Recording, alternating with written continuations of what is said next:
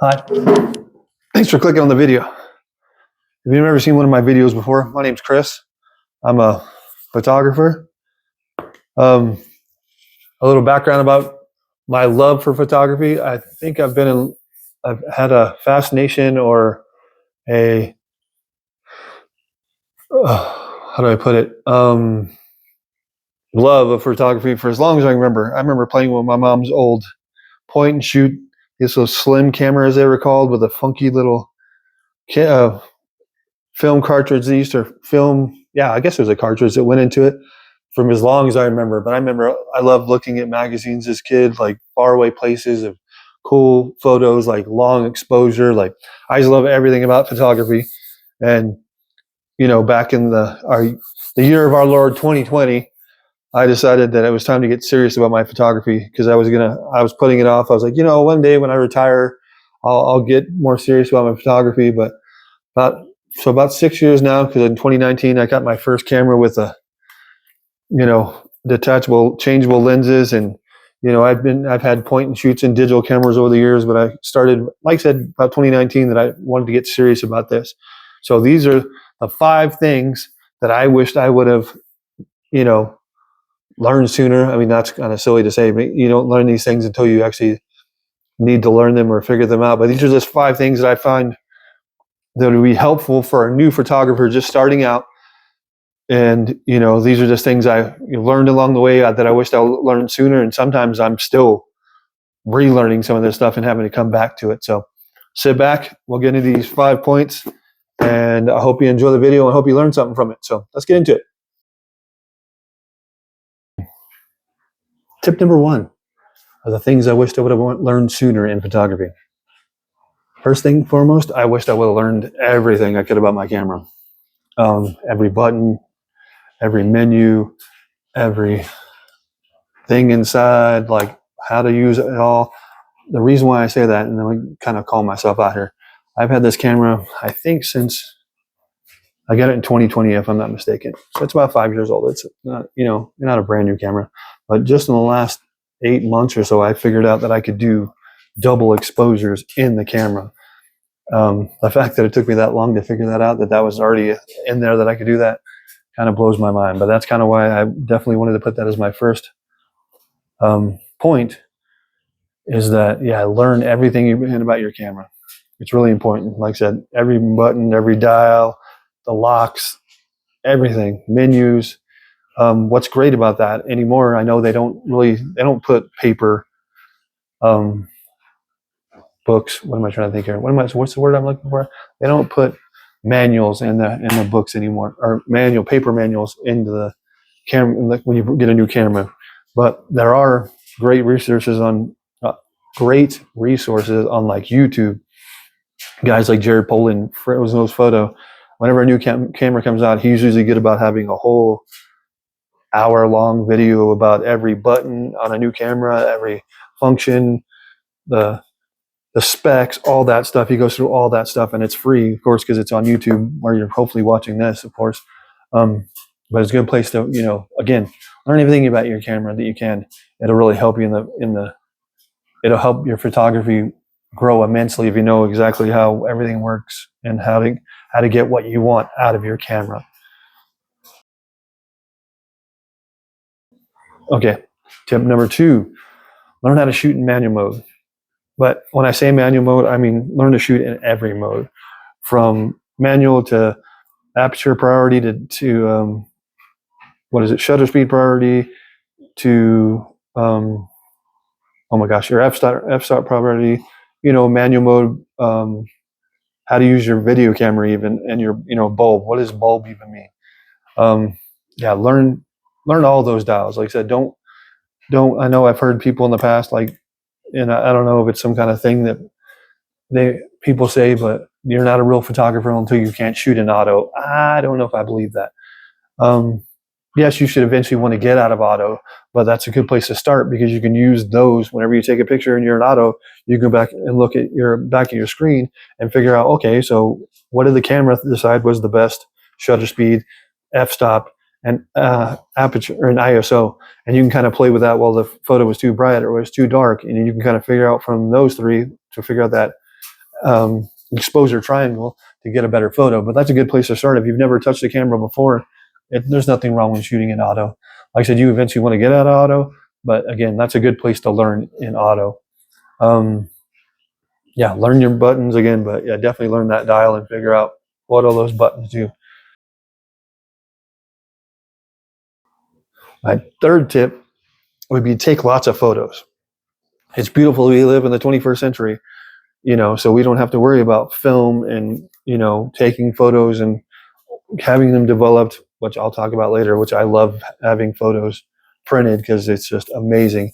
But, we can take all the photos we want because we're digital and come back and go, no, that was bad, and delete it. We have a little bit of a advantage, obviously, because we don't have to worry about waiting till it get developed and figure if we did a good photo or not. It definitely opens up to everybody.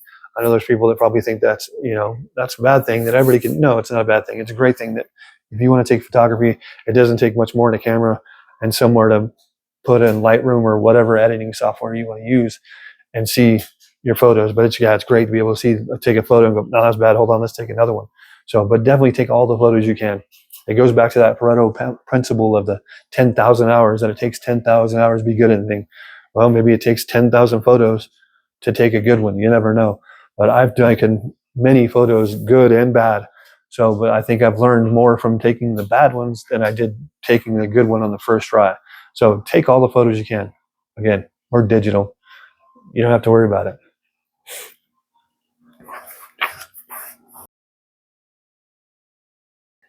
Tip number 4, take classes.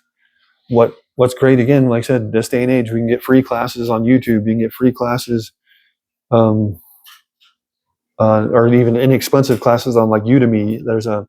You take community college, or go to your local community college and take photography classes in Lightroom. Like I did that a few years ago. I think it was like, let's see, 2025, 2023 maybe. I went online, of course, and you don't even have to go down there. Went online and took a Lightroom Classic course from my local community college, and probably learned more than I even remember. Half the stuff they taught me I can't remember. But you got resources like the library. I got this book that I absolutely loved. I picked this up when I first started, and it's a complete course of digital photography. And what's great is that they teach you, about lenses and modes and all that stuff, and they give you little like what my brain's going like I hate to say basically homework, test out lenses and do things like that, and they give you little projects to do. So, and it's like I think it's a 52-week, something like that, so a course a week or whatever. But it's great. It was free. Like I said, I found this at the local library, and then I liked it so much that I went and bought it for myself. So what else? Community college, Udemy, YouTube. Yeah, there's so many resources out there.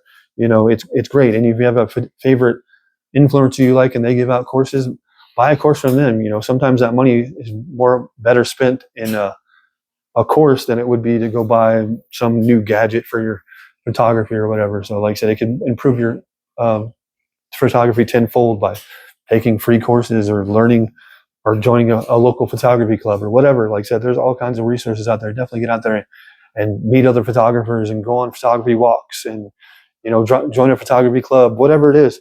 There's lots of ways to learn out there, and it's everywhere. If you just go look, we live in the 21st century. Everything's online, so all these resources are right at our fingertips, so to speak. Okay, tip number 5, and this one's probably more personal to me than it would be to maybe to some of you out there, but be careful spending too much time online comparing yourself to other photographers. I had a hard time with that when I first started. I don't know the level of the person I'm looking at their work, but I would try to compare my photo. It doesn't look as good as theirs, but I don't know, they've been doing this 20 years. I've been doing it 2 years. It's hard to compare when you do that, so be careful with the comparison and being online. I probably spent way too much time online personally, looking at other people's photos and comparing them to mine instead of just growing, like I said, going out and taking photos. It's great to get online and get inspiration and see what other people are doing and again, learning if they're teaching you something, but be careful with the comparison. I'm speaking to myself, really.